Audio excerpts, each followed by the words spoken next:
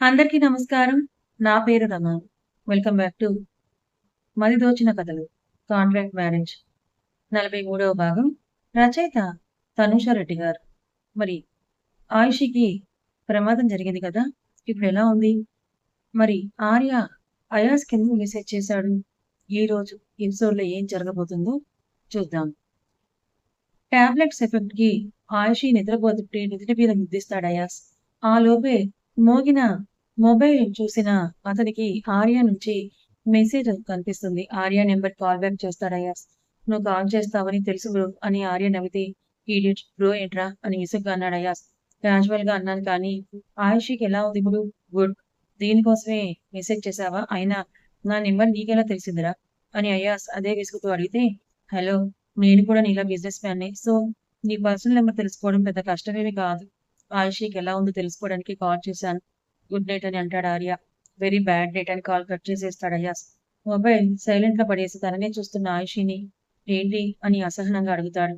ఏం లేదని తల అడ్డంగా తింపిన ఆయుషి అయాస్ తన పక్కన పడుకోగానే అతని చేతిని తీసుకొని నడుము మీద వేసుకుని ఆర్యకే కదా కాల్ చేసిందని అడిగింది ఆయుషి.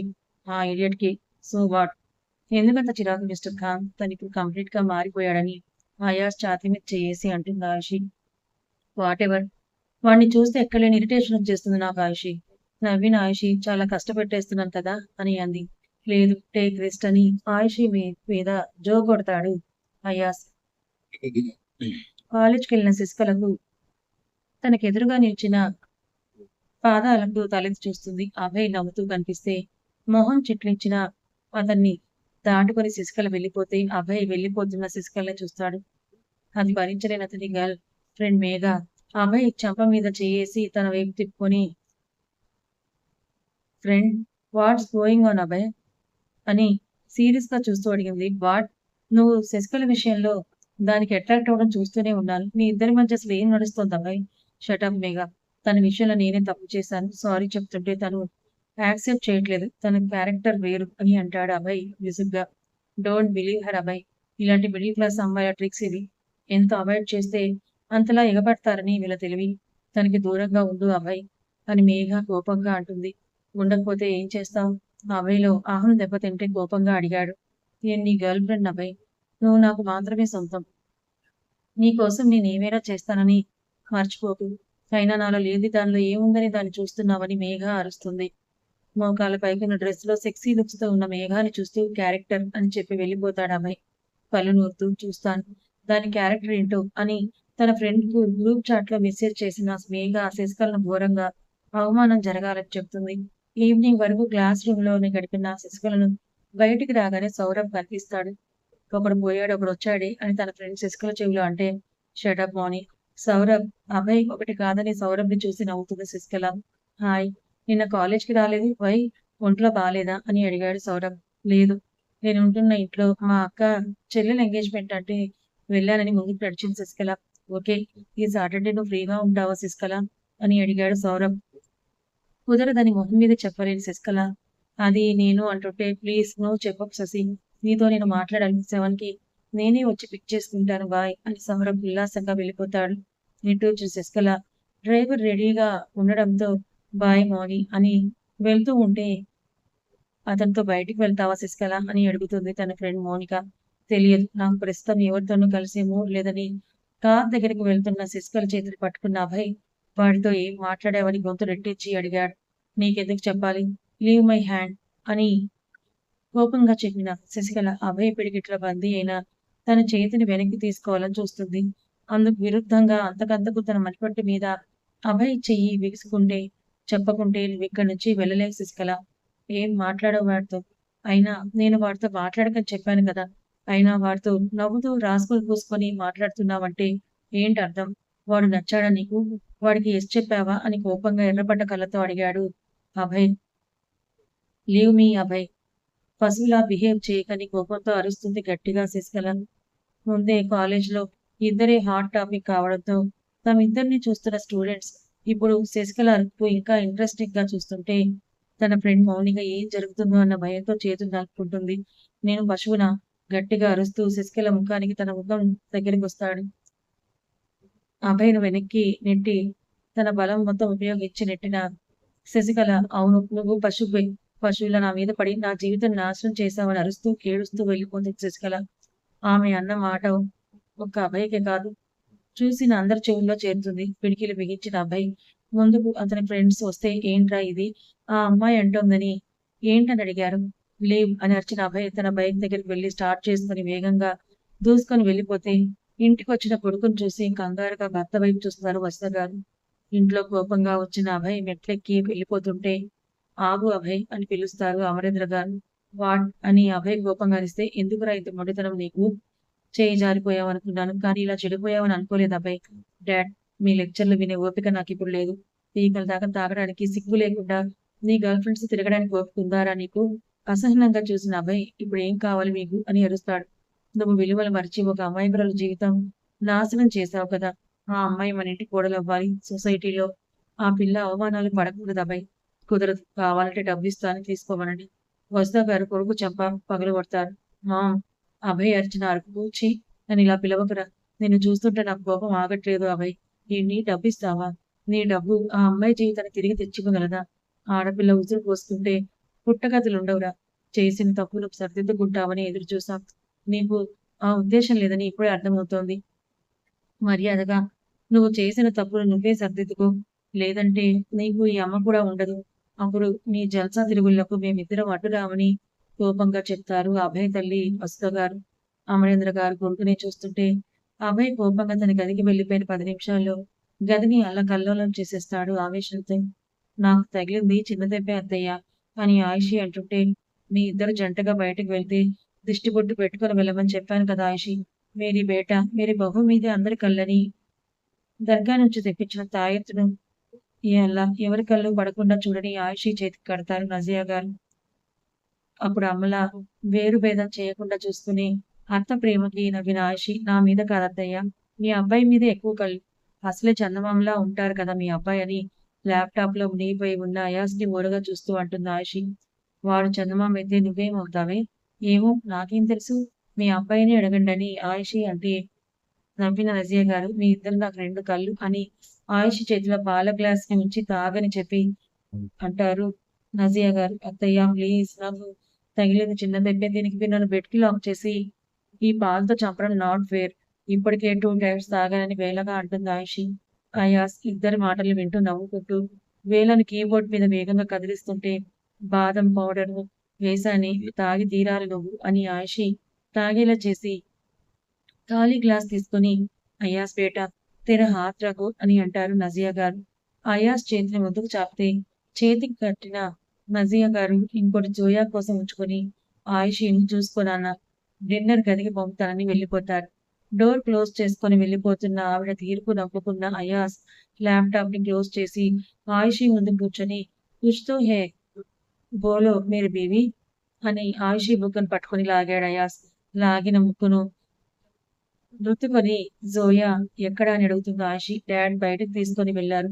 నిన్ను బ్లడ్ తో చూసి భయపడిందని అయాస్ బెడ్ రెస్ట్ కు ఆనుకొని ఆయిషిని ఒడిలోకి తెచ్చుకుంటాడు అయాస్. అయాస్ అరచేతులతో ఆడుకుంటూ ఏంటో పేరుకు మాత్రమే నీకు నేను భార్యని కదూ అని నీరసంగా అంటుంది ఆయిషి.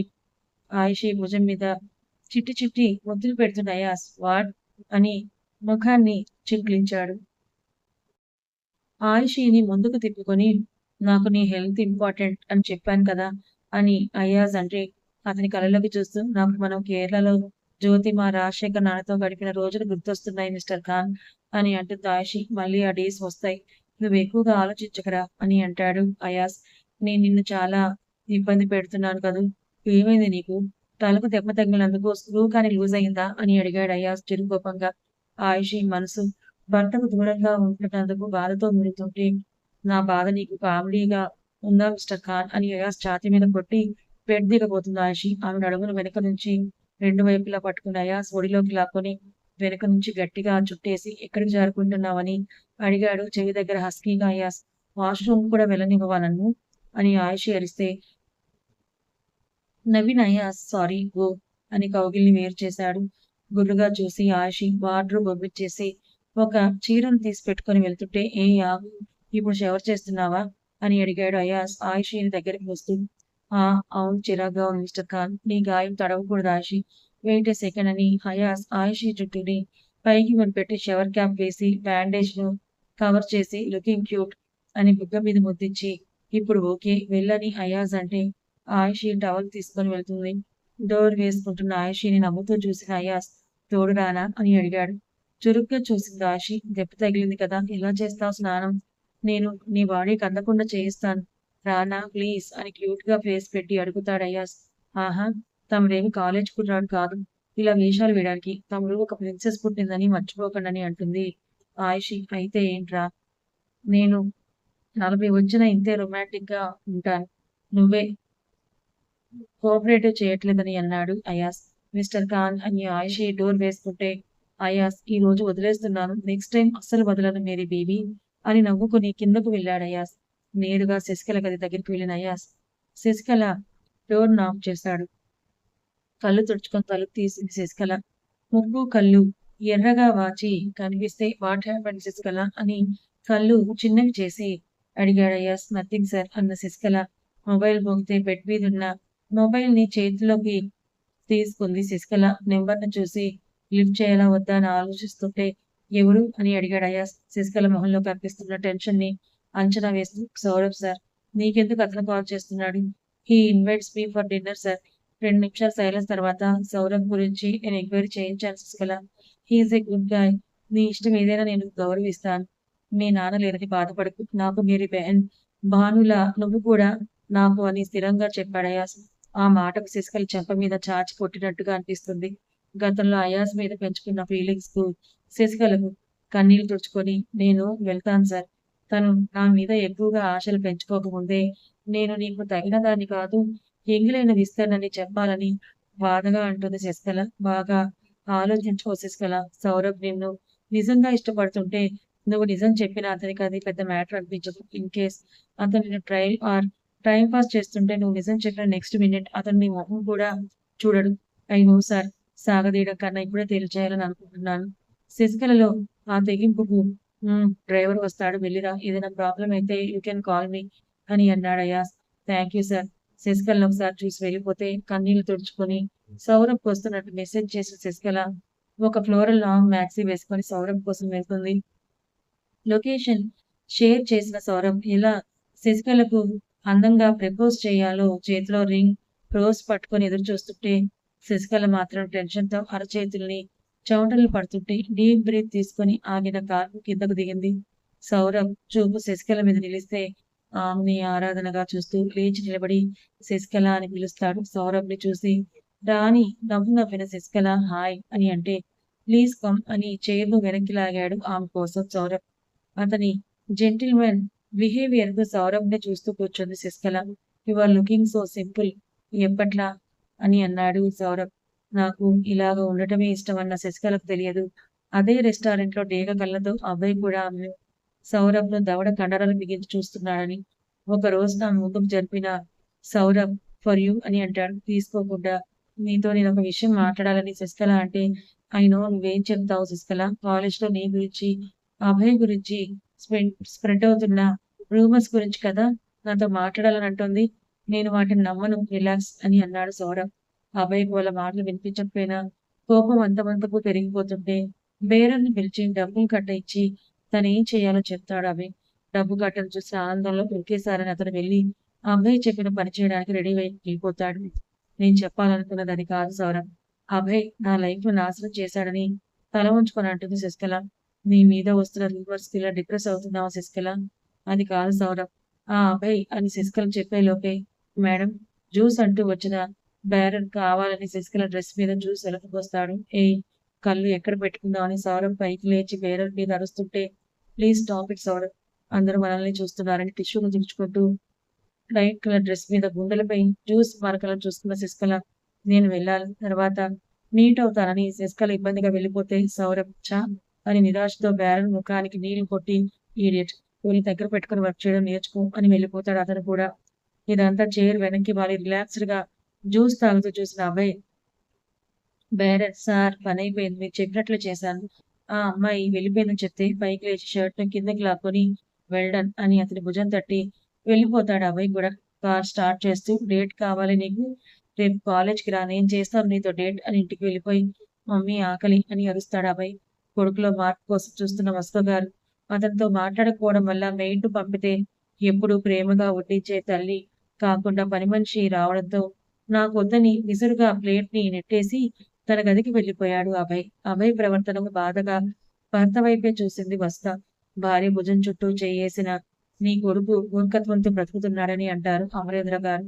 మాళవిక 1కి 10 సార్లు మొబైల్ చూస్తూ కలుద్దామని కాల్ చేయడేంటి ఈ మనిషని తిట్టుకుంటుంటే అది గమనించిన మాధవి ఎవరి కాల్ కోసమో ఈ ఆరాటం, ఆత్రం అని వెటకారంగా అంటుంది.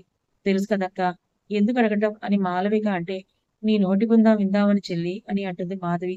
మాళవిక గుర్రుగా చూస్తూ ఆయన బయటికి వెళ్దామని అన్నారక్క. అందుకే అంటున్న మాళవిక బుగ్గలు 2 ఎర్రగా మారిపోతే నవ్విన మాధవి అబ్బో!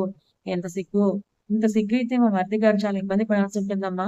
కాస్త తగ్గించుకో అని మాధవి అంటే బయటికి వెళ్ళిన భానుచంద్ర ఇద్దరి కూతుళ్ళ నవ్వులను చూస్తూ వచ్చి ఏం చేస్తున్నారమ్మా అని కూర్చుంటారు. ఏం లేదు నాన్న అని మాళవిక కంగారుగా చెప్తే భానుచంద్ర గారు మాళవిక మొహంలో నవ్వులు చూస్తూ తల నిమిరి మీ ఇద్దరు ఎప్పుడు ఇలాగే నవ్వుతూ ఉండాలని అంటారు. ఆ లోపు కారు వచ్చి ఇంటి ముందు ఆగితే తండ్రిని చూసి మాళవిక అక్క అని అంటుంది. నాన్న ఆర్య గారు తనని బయటకు తీసుకుని వెళ్తానని ముందే చెప్పారట. మీరు పర్మిషన్ ఇస్తే గాని మీ చిన్న కూతురు వెళ్ళదట. భానుచంద్ర కూతుర్ని చూసి ఇంటి వరకు వచ్చినవాడు లోపలికి రాడంటనా మాల అని అడుగుతారు. ఆర్య కోసం తొంగి చూసిన మాళవికకు కారు లాక్ చేస్తూ లోపలికి వస్తూ కనిపిస్తాడు. Wine colour shirt, black jeans, fair skin, 6.5 feet height కు తగ్గ మస్కులర్ బాడీ. ఆర్య రూపానికి మాళవిక మనసు మళ్ళీ అతనితో ప్రేమలో పడితే లోపలికి వస్తూ మాళవికను చూశాడు ఆర్య. తనని చూస్తుండడంతో సైడ్ స్మైల్ ఇచ్చి హాయ్ అని అంటాడు ఆర్య. నాన్న అని కళ్ళతో చూపించింది మాళవిక. ఆర్య భానుచంద్ర గారిని చూస్తే ఆయన సోఫాలో నుండి లేచి పైకి లేచి కూర్చొని సోఫా చూపిస్తారు. థ్యాంక్స్ అని ఆర్య కూర్చుంటే మాళవిక కాఫీ తీసుకొనిరా అని కూతుర్ని కిచెన్ లోకి పంపి అల్లుడిని చూసి ఇంప్రెస్ అయిన ఆయన అమ్మా నాన్న ఎలా ఉన్నారని మాటలు కలుపుతారు. గుడ్. పెళ్లి పనులు దే ఆర్ బిజీ అని ఆర్య అంటే మార్కెట్ కు వెళ్ళిన ఈశ్వరి కూడా వస్తుంది. అల్లుడిని చూసి ఆర్య బాబు ఎప్పుడొచ్చావు? ఏదైనా తిన్నావా అని కిచెన్ లోకి వెళ్తూ ఏం ఆడపిల్లలే మీరు ఇంటికి మనిషి వస్తే కాఫీ ఇవ్వాలని కూడా తెలియదా అని అరుస్తుంది. అమ్మా ఆయన వచ్చింది ఇప్పుడే నువ్వు ఆపు ఇంకా అని కాఫీ కప్ తో ఆర్య ముందుకు వెళ్ళింది మాళవిక. చీరలో ఉన్న మాళవికను చూసి నవ్విన ఆర్య కాఫీ కప్ తీసుకుంటూ పాప నాజూక్ చేతులను కూడా తాకుతాడు. మాళవిక కంగారుగా చూస్తే కన్ను కొట్టిన ఆర్య కాఫీ సగం తాగి అంకుల్ మీ అమ్మాయిని బయటకు తీసుకుని వెళ్తున్నాను. ఈవినింగ్ మీ ఇంట్లో డ్రాప్ చేస్తానని చెప్పి పైకి లేస్తాడు ఆర్య. మాళవిక కంగారుగా తండ్రిని చూస్తే భానుచంద్ర గారు సరే అని అనడం ఆలస్యం. మాళవిక చేయి పట్టుకొని ముందుకు వెళ్ళిపోతాడు. మాధవి నవ్వుకుంటుంటే భానుచంద్ర గారు గంటలో అమ్మాయి ఇంట్లో ఉండాలని నీ అల్లుడికి బాగా చెప్పు ఈశ్వరం వెళ్ళిపోతారు ఆయన కూడా. ఆర్యని కోపంగా చూస్తున్న మాళవిక బుగ్గలాగి ఏంటి అలా చూస్తున్నావు చేయాలనిపిస్తుంది కదూ అని అంటాడు కనుబొమ్మలు ఎగరేస్తూ ఆర్య. ముందు కారు ఆపండి. వై ముందు ఆపండి ఆర్య సార్. కార్ సైడ్ కాపిన ఆర్య ఏంటని చూస్తే ఆర్య వైపు తిరిగిన మాళవిక కోపంగా ఆర్య చేతిని లాక్కొని మణికట్టు మీద పళ్ళ గుర్తులను తిప్పి ఇలా చెయ్యాలనిపించిందని సింపుల్ గా చెప్తుంది. చేతిని చూసుకున్న ఆర్య రక్తపు మరకలు కూడా కనిపిస్తే మాళవికని సూటిగా చూస్తూ నేను అనుకునేంత సాఫ్ట్ ఏం కాదు నువ్వు అని అంటాడు. మాళవిక ఆర్యను చూసి అయితే నీకు కావాల్సిన క్వాలిటీస్ ఉన్న అమ్మాయిని వెతుక్కొని పెళ్లి చేసుకొని తరించండి నీ కార్ దిగుతుంటే చెయ్యి పట్టుకొని ఒడిలోకి లాక్కున్న ఆర్య కూలవు బాబా గరం గరం అవుతున్నాం అని అంటాడు. ఆర్య నవ్వకు. మాళవికకు ఇంకా కోపం ఎక్కువైతే ఆర్య ఒడిలోకి పక్క సీట్లోకి వెళ్ళిపోవాలని చూస్తే నీకు ఆ ఛాన్స్ ఇవ్వనులే కానీ ఎందుకు హాట్ గా ఉన్నావు కోడి అని కూల్గా అడుగుతాడు ఆర్య. మా నాన్న చూస్తుంటే చేయి పట్టుకుని లాక్కుని వచ్చేశారు. అసలు ఏమనుకోవాలి మిమ్మల్ని? నీకు కాబోయే మొగుడు అనుకో, మీ నాన్నకు కాబోయే అల్లుడు అనుకో. ఆర్య సార్ నేను సీరియస్ గా అడుగుతున్నాను.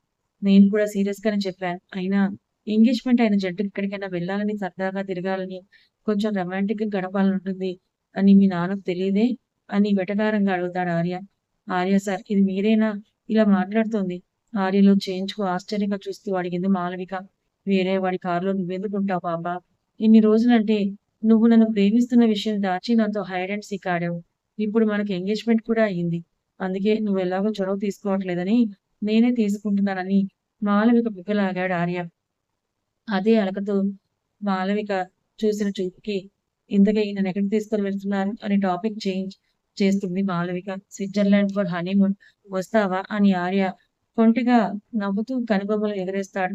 హనీమూన్ అనగానే సిగ్గుతో తలదించేసిన మాలవిక బుగ్గలు రెండు రెడ్ పెయింట్ వేసుకుంటే, ఏంటి పాప బుగ్గలు చెర్రీస్ అయ్యాయి, కెన్ ఐ టేస్ట్ ఇట్ అని అంటాడు ఆర్య. ఆర్య సార్, మీరు ఇలాగే నన్ను టీజ్ చేస్తే నేను వెళ్ళిపోతానని మాలవిక అంటే, నవ్విన ఆర్య డోర్స్ అన్లాక్ బేబీ అని కార్ స్టార్ట్ చేస్తాడు.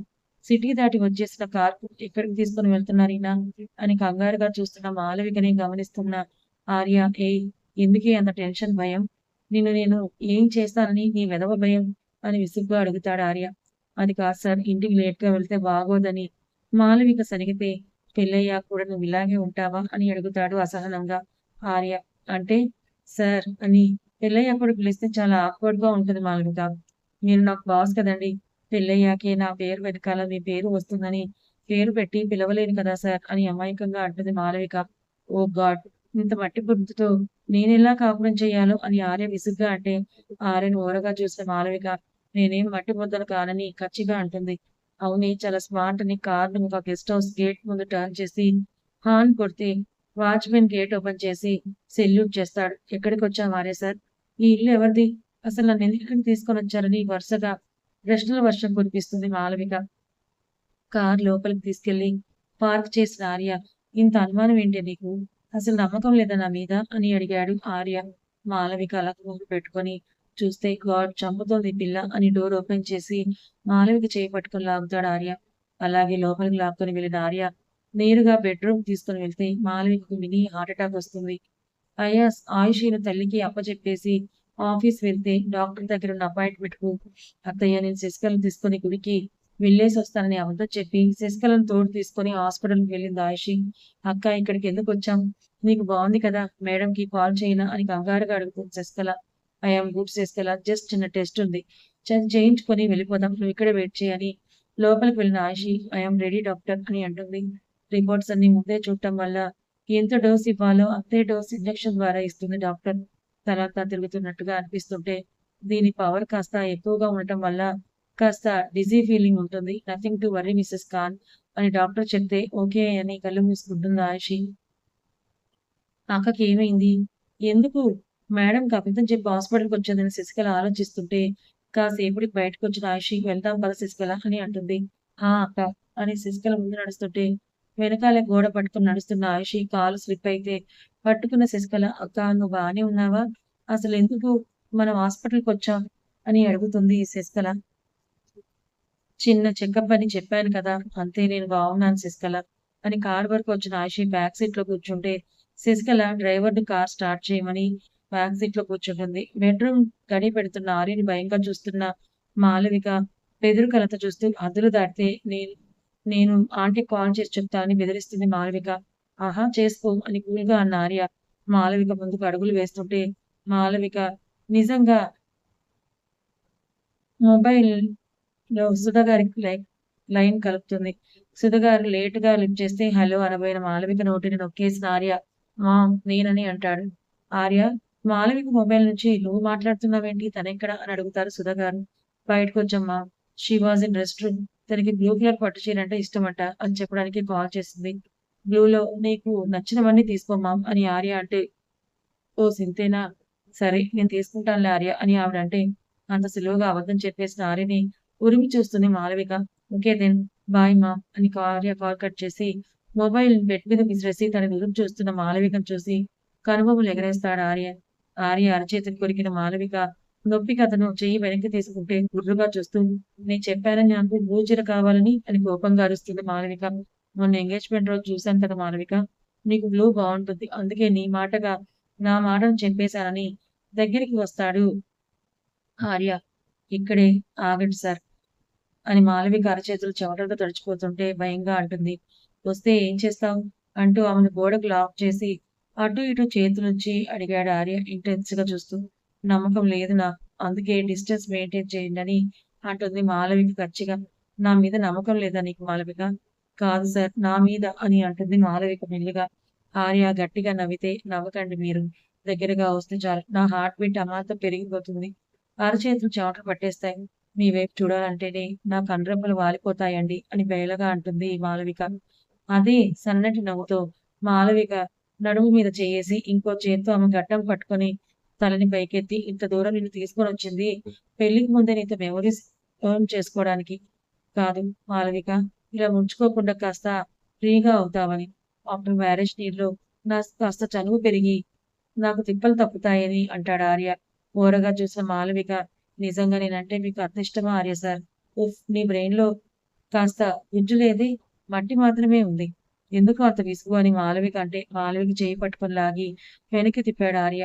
వెనక నుంచి హత్తుకొని కొంగు లోపల నుండి నాభిని టచ్ చేస్తూ చిట్కిన వేలు కిందున్న నాభికు ఆర్య బాడీని బిగబెట్టి కళ్ళు మూసేసిన మాలవికని చూస్తూ, ఫీల్ ఫ్రీ మాలవిక, పెళ్ళవకుండా నేను హద్దులు దాటనని అంటాడు ఆర్య. ఆ మాటకు కాస్త భయం తగ్గిన ఇంకా పొట్ట మీద ఉన్న అరచేతికి మాలవిక టెన్షన్ మాత్రం తగ్గదు. ఆయుషి కోసం టైం కుదుర్చుకుంటూ అటు ఆఫీస్ ఇటు భార్య కూతురికి సమయాన్ని ఇస్తూ రంజాన్ మాసం కాబట్టి ఉపవాసాలు ఉంటున్న అయాస్ ప్యాలెస్ కు రీచ్ అయితే, హాయ్ అబ్బు అని ఖర్చుకుంటుంది జోయా. హాయ్రా బంగారం, డాడీ పోయి అబ్బు వచ్చిందా అని కూతుర్ని ఎత్తుకొని లోపలికి నడుస్తూ అడిగాడు అయాస్. నువ్వు గ్రాండ్ పాన్ అలాగే పిలుస్తావు కాబట్టి సేమ్ నేను కూడా అని జోయా అయాస్ మెడను ఖర్చుకుంటే, నవ్విన అయాస్ మమ్మ ఏం చేస్తుంది బేబీ అని అడుగుతాడు. బెడ్రూమ్ లో దాది పాలు తాగిస్తే పడుకుంది డాడీ, ఈ టైంలో పడుకోవడం ఏంట్రా అని అమ్మీ అని పిలుస్తాడు అయాస్. కిచెన్ నుంచి వచ్చిన నసియా గారు, ఏంటి అయాస్ అని అడిగితే, ఆయిషి ఆఫ్టర్నూన్ లంచ్ చేసింది అమ్మీ అని అడుగుతాడు అయాస్.